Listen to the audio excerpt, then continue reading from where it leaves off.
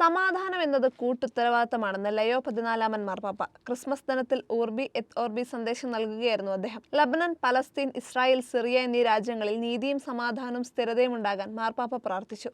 Ukraine യുദ്ധം അവസാനിപ്പിക്കാൻ അന്താരാഷ്ട്ര സമൂഹത്തിന്റെ പിന്തുണയോടെ സത്യസന്ധവും പരസ്പര ബഹുമാനത്തിലുള്ളതുമായ ചർച്ചയ്ക്ക് മാർപ്പാപ്പ ആഹ്വാനം ചെയ്തു. ലോകമെമ്പാടും തുടരുന്ന, പ്രത്യേകിച്ച് അവഗണിക്കപ്പെട്ട യുദ്ധങ്ങളുടെ ഇരകൾക്ക് വേണ്ടിയും അനീതിയും അസ്ഥിരതയും മതപീഡനവും ഭീകരവാദവും മൂലം ബുദ്ധിമുട്ട് അനുഭവിക്കുന്നവർക്ക് വേണ്ടിയും ബെത്ലഹേമിലെ ശിശുവിൽ നിന്ന് സമാധാനവും ആശ്വാസവും നമുക്ക് അപേക്ഷിക്കാമെന്നാണ് മാർപ്പാപ്പ പറഞ്ഞത്. Sudan, South Sudan, Mali, Burkina Faso, Democratic Republic of Congo എന്നിവിടങ്ങളിലും ലോകത്തെ മറ്റിടങ്ങളിലും യുദ്ധത്തിനും സംഘർഷത്തിനും ഇരകളായവരോട് മാർപ്പാപ്പ ഐക്യദാർഢ്യം പ്രഖ്യാപിച്ചു.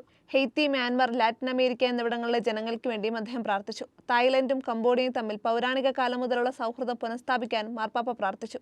ഏവർക്കും സന്തോഷം നിറഞ്ഞൊരു ക്രിസ്മസ്. ക്രിസ്തുവിന്റെ സമാധാനം നിങ്ങളുടെ ഹൃദയങ്ങളിലും നിങ്ങളുടെ കുടുംബങ്ങളിലും വാഴട്ടെ എന്ന ആശംസയും പ്രഭാഷണത്തിന്റെ അവസാനം Italian, French, English, German, Spanish, Portuguese, Arab, Chinese, Latin ഭാഷകളിൽ മാർപ്പാപ്പ നേർന്നു.